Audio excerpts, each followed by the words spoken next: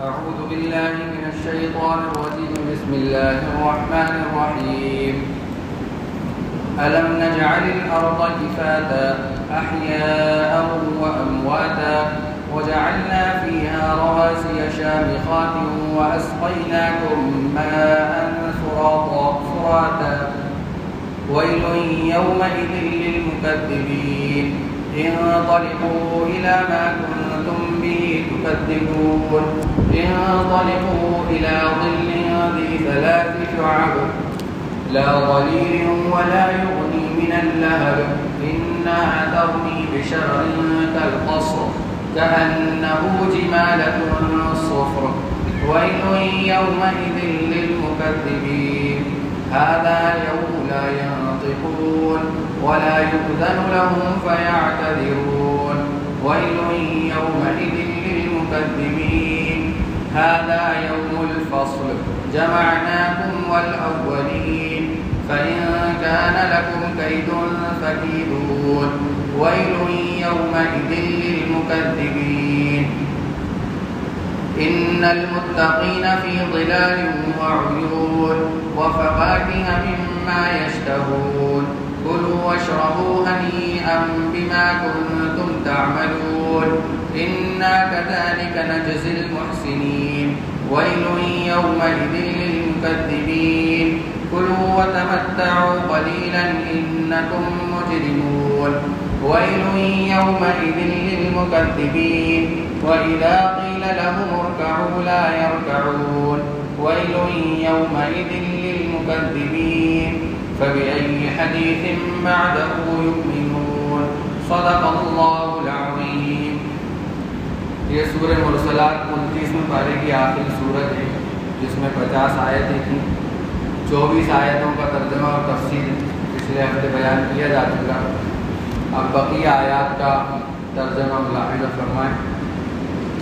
الم نجعل الارض کفاتا، کیا ہم نے زمین کو ایسا نہیں بنایا کہ وہ سمیٹ کر رکھنے والی ہے. احیاء و امواتا، زندوں کو بھی اور مردوں کو بھی. وجعلنا فیہا رواسی شامخات واسقیناکم ماء فراتا، اور ہم نے اس میں گڑے ہوئے اونچے اونچے پہاڑ پیدا کیے اور تمہیں میٹھے پانی سے سیراب کرنے کا انتظام کیا. ویل یومئذ للمکذبین، بڑی خرابی ہوگی اس دن ایسے لوگوں کی جو حق کو جھٹلاتے ہیں. انطلقوا الی ما کنتم به تکذبون، ان سے کہا جائے گا کہ چلو اب اسی چیز کی طرف جسے تم جھٹلایا کرتے تھے. انطلقوا الی ظل ذی 3 شعب، چلو سائبان کی طرف جو 3 شاخوں والا ہے. لا ظلیل ولا یغنی من اللہب، جس میں نہ تو ٹھنڈک والا سایہ ہے اور نہ وہ آگ کی لپٹ سے بچا سکتا ہے. انہا ترمی بشرر کالقصر، وہ آگ تو محل جیسے بڑے بڑے شعلے پھینکے گی. کأنہ جمالۃ صفر، ایسا لگے گا جیسے وہ زرد رنگ کے اونٹ ہوں. وہ انگارے کیسے لگیں گے؟ جیسے زرد رنگ کے اونٹ ہوں. ویل یومئذ للمکذبین، بڑی خرابی ہوگی اس دن ایسے لوگوں کی جو حق کو جھٹلاتے ہیں. ھذا یوم لا ینطقون، یہ ایسا دن ہے جس میں یہ لوگ بول نہیں سکیں گے. ولا یؤذن لهم فیعتذرون، اور نہ انہیں اس بات کی اجازت ہوگی کہ وہ کوئی عذر پیش کر سکیں. ویل یومئذ للمکذبین، بڑی خرابی ہوگی اس دن ایسے لوگوں کی جو حق بات کو جھٹلاتے ہیں. ھذا یوم الفصل جمعناکم والاولین، یہ فیصلے کا دن ہے، ہم نے تمہیں اور پچھلے لوگوں کو اکٹھا کر لیا ہے. فَإِن كَانَ لَكُمْ كَيْدٌ فَكِيدُونِ، اب اگر تمہارے پاس کوئی داؤ ہے تو مجھ پر وہ داؤ چلاؤ. وَيْلٌ يَوْمَئِذٍ لِّلْمُكَذِّبِينَ، بڑی خرابی ہوگی اس دن ایسے لوگوں کی جو حق کو جھٹلاتے ہیں. إِنَّ الْمُتَّقِينَ فِي ظِلَالٍ وَعُيُونٍ وَفَوَاكِهَ مِمَّا يَشْتَهُونَ كُلُوا وَاشْرَبُوا هَنِيئًا بِمَا كُنتُمْ تَعْمَلُونَ، جن لوگوں نے تقوی اختیار کیا وہ بے شک سایوں اور چشموں کے درمیان ہوں گے اور اپنے من پسند میووں کے درمیان. ان سے کہا جائے گا مزے سے کھاؤ اور پیو ان اعمال کی بدولت جو تم کیا کرتے تھے. انا کذالک نجزی المحسنین، ہم نیک لوگوں کو ایسا ہی صلہ دیتے ہیں۔ ویل یومئذ للمکذبین، بڑی خرابی ہوگی اس دن ایسے لوگوں کی جو حق کو جھٹلاتے ہیں۔ کلوا وتمتعوا قلیلا انکم مجرمون۔ اور جب ان لوگوں سے کہا جاتا ہے اچھا اے کافروں کچھ وقت کھا لو اور مزے اڑا لو، حقیقت میں تم لوگ مجرم ہو۔ ویل یومئذ للمکذبین، بڑی خرابی ہوگی اس دن ایسے لوگوں کی جو حق کو جھٹلاتے ہیں۔ کلوا وتمتعوا قلیلا انکم مجرمون، کتنی اہم آیت ہے۔ آگے فرمایا وَإِذَا قِيلَ لَهُمُ ارْكَعُوا لَا يَرْكَعُونَ، اور جب ان لوگوں سے کہا جاتا ہے کہ اللہ کے آگے جھک جاؤ تو یہ جھکتے نہیں ہیں۔ وَيْلٌ يَوْمَئِذٍ لِّلْمُكَذِّبِينَ، بڑی خرابی ہوگی اس دن ایسے لوگوں کی جو حق کو جھٹلاتے ہیں۔ فَبِأَيِّ حَدِيثٍ بَعْدَهُ يُؤْمِنُونَ، اب اس کے بعد اور کون سی بات ہے جس پر یہ ایمان لائیں گے۔ کتنی اہم آیتیں ہیں جن سے آپ سب اس بات کو سمجھ گئے ہوں گے کہ اللہ تعالیٰ کتنی سمجھانے کی کوشش کر رہا ہے، انسان کو سمجھانا چاہ رہا ہے کہ انسان کسی طرح تو سمجھ جائے، کسی طرح تو اس کی عقل کے اندر یہ بات بیٹھ جائے کہ ساری چیزیں جو بیان کی جا رہی ہیں قرآن میں، حدیث میں، نبی بتا رہے ہیں، علماء بتا رہے ہیں، جو کچھ بیان کیا جا رہا ہے وہ ایک دن ہونا ہے اور ہو کر رہے گا۔ سمجھانا ہے کیا ہم نے ایسا نہیں کیا، کیا ہم نے ایسا نہیں کیا۔ أَلَمْ نَجْعَلِ الْأَرْضَ كِفَاتًا، کیا ہم نے زمین کو ایسا نہیں بنایا کہ وہ سمیٹ کر رکھنے والی ہے؟ مردوں کو بھی سمیٹے ہوئے، زندوں کو بھی سمیٹے ہوئے، پانی کو بھی سمیٹے ہوئے، پیٹرول کو بھی سمیٹے ہوئے، کیا کیا چیزیں سمیٹے ہوئے زمین۔ احیاء و امواتا، مردوں کو بھی زندوں کو بھی، سب کو سمیٹے ہوئے۔ پتہ چلا کہ یہ زمین کے اندر اللہ نے کیا خاصیت رکھی ہے کہ ہر ایک کو وہ سمیٹے ہوئے، نہ اس سمٹے ہونے کی وجہ سے زندوں کو مردوں سے کوئی نقصان ہو رہا ہے، نہ مردوں کو زندوں سے کوئی نقصان ہو رہا ہے، نہ پانی کو پیٹرول سے کوئی نقصان ہو رہا ہے، نہ پیٹرول کو پانی سے کوئی نقصان ہو رہا ہے، کسی کو کسی چیز سے نقصان نہیں ہو رہا۔ اور یہ مرنا جو ہے اللہ کی طرف سے یہ ایک بہت اہم چیز ہے، نعمت ہی۔ مردوں کو زمین سمیٹے ہوئے یہ زندوں کے لیے ایک نعمت ہے۔ اگر اللہ اس زمین کے اندر یہ خاصیت نہیں رکھتے تو زندوں کا اس زمین پر رہنا مردوں کی وجہ سے دوبھر ہو جاتا، دشوار ہو جاتا، پریشان ہو جاتے۔ آپ دھوپڑ ٹاکس سے نہیں نکل سکتے تھے۔ اگر زمین کے اندر یہ سمیٹنے کی صفت اللہ نہیں رکھتے تو کوئی بھی انسان قبرستانوں کے آس پاس سے نہیں گزر سکتا تھا، اندر جانے کی بات تو دور، کیسی بدبو پھیلتی۔ جب قرب قیامت کا وقت ہوگا اور اللہ تعالیٰ وہ سب علامتیں جو بڑی بڑی اس وقت کی ہوں گی جب وہ پوری کریں گے تو وہاں جو یہ یاجوج ماجوج نکلیں گے ان کو اللہ تعالیٰ موت دے دیں گے۔ پھر ان کے بعد جو ہے ان کی جو سڑان ہوگی، ان کی جو بدبو ہوگی، اس سے پوری امت پریشان ہوگی، پوری امت پریشان ہوگی۔ وہ جانوروں کی وجہ سے یہ انسان نہ ہوں گے، پوری امت پریشان ہوگی، ایسی بدبو پھیل جائے گی۔ پھر حضرت عیسیٰ علیہ السلام دعا کریں گے کہ اللہ اس پریشانی کو آپ کسی طرح سے دور کر دیجیے۔ تو پھر عیسیٰ علیہ السلام کی اس دعا کی بدولت اللہ تعالیٰ ایک پانی برسائیں گے، اس پانی کے ذریعے سے، یا پھر یہ کہ کوئی پرندے اللہ بھیجیں گے، وہ پرندے ان جانوروں کو اٹھا کے کہیں دوسری جگہ لے جا کر کہیں پھینکیں گے۔ تو زمین کے اوپر اگر یہ مردے یوں ہی پڑے رہتے تو زندوں کا جینا دشوار ہو جاتا۔ اللہ تعالیٰ نے کیا کیا کہ مردوں کو زمین کے اندر ملا دیا۔ یہ سب سے اہم چیز ہے، مردوں کو زمین کے اندر ملا دیا۔ انسان کائے سے پیدا ہوا ہے؟ مٹی سے۔ ارے حضرت آدم علیہ السلام کو اللہ نے کائے سے پیدا کیا، کائے سے بنایا؟ مٹی سے، اسی مٹی کے اندر ملا دیا۔ کچھ کو دفنا کر ملا دیا، کچھ کو جلوا کر، اور ان کی جو راکھ ہوتی ہے وہ مٹی میں مل جاتی ہے، ارے راکھ بھی تو مٹی میں مل جاتی ہے وہیں پڑے پڑے جل کر، تو الگ الگ طریقے سے مٹی میں ملتی ہے، لیکن مٹی میں ضرور ملتی ہے، جو چیز جہاں سے آئی ہے وہیں جا رہی ہے۔ یہ اللہ نے بہت اہم ہے۔ وَجَعَلْنَا فِيهَا رَوَاسِيَ شَامِخَاتٍ وَأَسْقَيْنَاكُم مَّاءً فُرَاتًا، اور ہم نے اس میں گڑے ہوئے اونچے اونچے پہاڑ پیدا کیے زمین کے اندر، اور تمہیں میٹھے پانی سے سیراب کرنے کا انتظام کیا۔ اب ایسا نہیں ہے کہ وہ جو مردے مٹی کے اندر ملے ہیں ان کی آمیزش پانی کے اندر ظاہر ہو رہی ہے، ان کی بدبو، ان کی سڑان، ان کا گلنا، ان کا سڑنا وہ پانی کے اندر مکس ہو رہا، ایسا بھی نہیں، بالکل الگ چیز، الگ ہو رہا ہے، ساری چیزیں الگ ہو رہی ہیں۔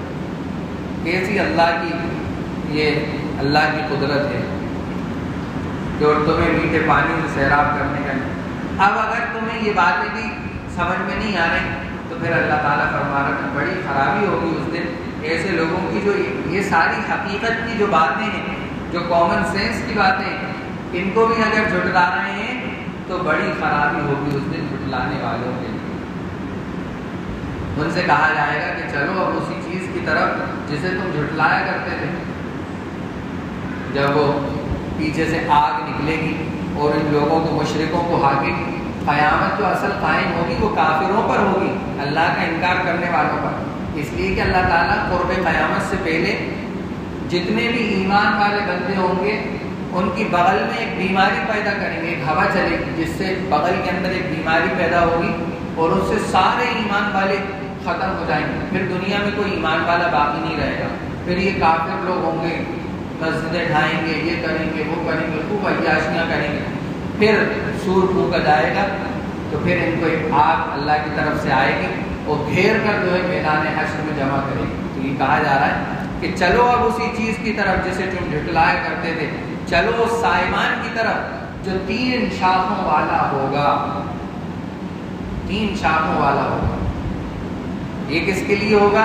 وہ سائمان یہ کافروں کے لیے ہوگا، اور ایمان والوں کے لیے کیا ہوگا؟ کائے کا سایہ ہوگا جی، ارے ایمان والوں کا میدان حشر میں آخرت میں کائے کا سایہ ہوگا؟ ارے عرش کا سایہ ہوگا نا، سنا نہیں ہے آپ نے؟ ارے سنا ہے نا کہ عرش کے سائے کے نیچے ہوں گے، لیکن ان لوگوں کے لیے کیسا سایہ ہوگا؟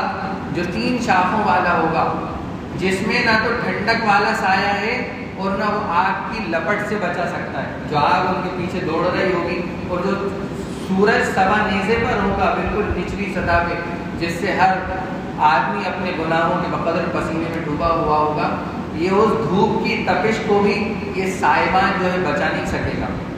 اور اس کی کیا صفت ہوں گی کہ وہ آگ تو محل جیسے بڑے بڑے شعلے پھینکے گی، وہ آگ جو ہے بڑے بڑے شعلے پھینکے گی، ایسا لگے گا جیسے وہ زرد رنگ کے اونٹ ہوں۔ کیا مطلب؟ ایک جگہ تو یہ کہا جا رہا ہے کہ وہ محل جیسے شعلے پھینکے گی، ایک جگہ کہا جا رہا ہے کہ وہ ایسے زرد رنگ کے ہوں گے جیسے اونٹ ہو، محل بڑے ہوتے ہیں، اونٹ چھوٹا ہوتا ہے۔ کیا مطلب اس آیت کا؟ مطلب یہ ہے کہ جب وہ آگ نکلے گی اس کی جو ابتدا ہوگی وہ محل جیسے بڑے بڑے انگاروں کی طرح ہوگی، اور جب وہ پھیلے گی اور پھیل کے پھٹے گی، جیسے ہوتا ہے نا کوئی چنگاری نکلتی ہے تو پھر اس کے کئی ٹکڑے ہو جاتے ہیں، جب وہ کئی ٹکڑوں میں بٹے گی تو پھر وہ گرنے کے بعد اونٹ جیسے زرد رنگ کے اونٹ جیسوں کے برابر ہوگی، اونٹوں کے برابر ہوں گے وہ انگارے۔ اور یہ سائبان جو ہوگا یہ کیا ہوگا؟ یہ جو دھواں ہوگا اللہ کی طرف سے، ایک دھواں جو چھائے گا لوگوں کے اوپر، کافروں کے اوپر، وہ دھواں جو ہے چھانے کے بعد 3 ٹکڑوں میں بٹ جائے گا۔ کوئی چیز جب پھیلتی ہے تو پیسز ہو جاتے ہیں نا، اس کے ٹکڑوں میں بٹ جاتی ہے، اس طرح وہ دھواں جو ہے 3 حصوں میں بٹ جائے گا، اور نہ وہ آگ کی لپٹ سے بچا سکے گا اور وہ نہ ٹھنڈک کا سامان پیدا کر سکے گا۔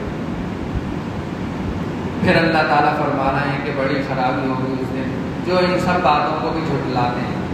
ھذا یوم لا ینطقون، یہ ایسا دن ہے جس میں یہ لوگ بول نہیں سکیں گے، اور اگر کوئی عذر پیش کرنا چاہیں تو عذر بھی پیش نہیں کر سکتے، تالا لگا دیا جائے گا، تالا لگا دیا جائے گا۔ کوئی عذر قابل قبول نہیں ہوگا، کوئی سفارش نہیں کی جا سکے گی، نہ وہ کسی کی کر سکے گی، کچھ نہیں بول سکے گی۔ اس دن تو فیصلے کا دن ہوگا، دو ٹوک فیصلہ ہوگا کہ صحیح یہ ہے غلط یہ ہے، صحیح اور غلط کا صاف فیصلہ ہوتا ہے۔ پھر آگے فرمایا کہ بڑی خرابی ہوگی ایسے دن کے جو لوگ جھٹلاتے ہیں ان لوگوں کے لیے۔ ھذا یوم الفصل جمعناکم والاولین فإن کان لکم کید فکیدون۔ یہ فیصلے کا دن ہے، ہم نے تمہیں اور پچھلے لوگوں کو اکٹھا کر لیا ہے، ہم نے تمہیں اور پچھلوں کو اکٹھا کر لیا، جو موجود ہے ان کو بھی اور جو ان کے پیچھے مر چکے ہزاروں کروڑوں اربوں سال پہلے ان سب کو جمع کر لیا ہے۔ اب اگر تمہارے پاس کوئی داؤ ہے، جس طرح تم دنیا میں نبیوں کے اوپر داؤ چلایا کرتے تھے، علماء کے اوپر داؤ چلایا کرتے تھے، اب کوئی تمہارے پاس یہاں داؤ ہو تو وہ داؤ مجھ پر بھی چلا دو ذرا۔ اللہ کہیں گے وہاں کہ کوئی داؤ پیچ ہو، کوئی سازش ہو، کوئی اسکیم ہو تمہارے پاس تو میرے اوپر چلاؤ۔ پھر فرمایا کہ ایسے لوگوں کے لیے بڑی خرابی ہوگی اس دن، ایسے لوگوں کی جو حق بات کو جھٹلاتے ہیں۔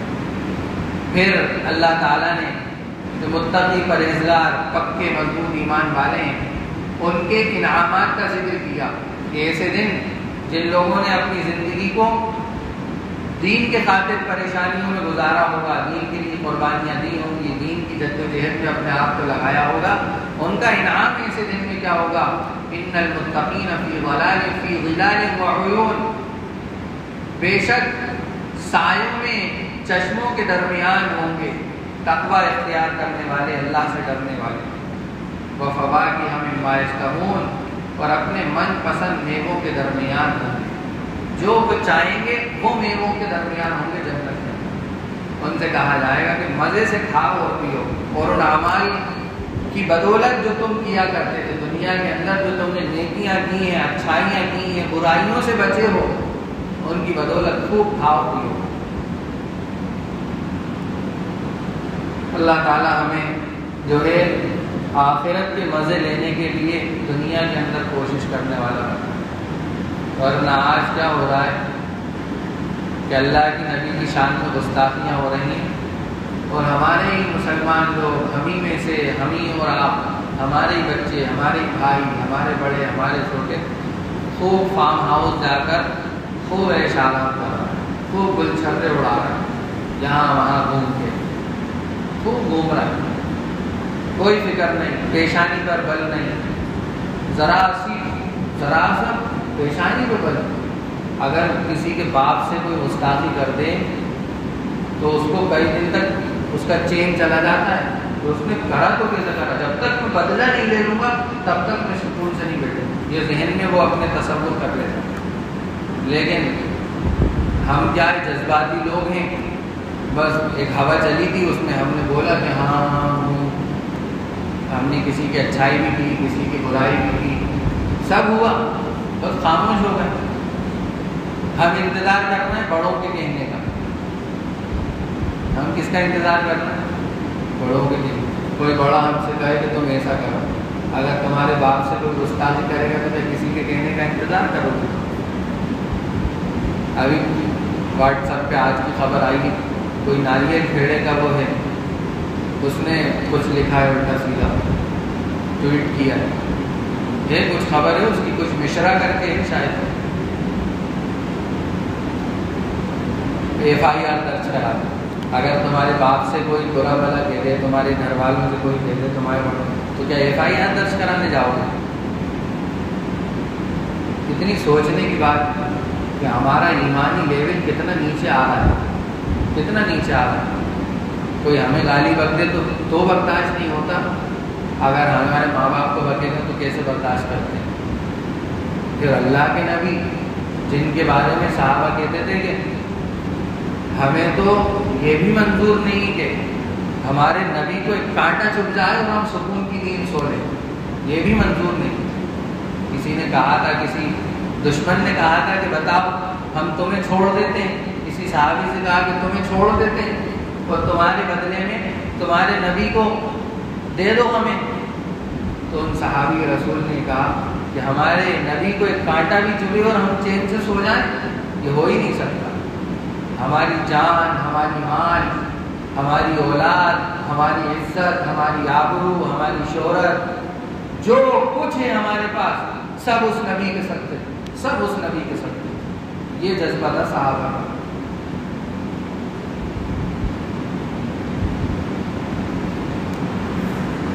اللہ انا کذالک نجزی المحسنین۔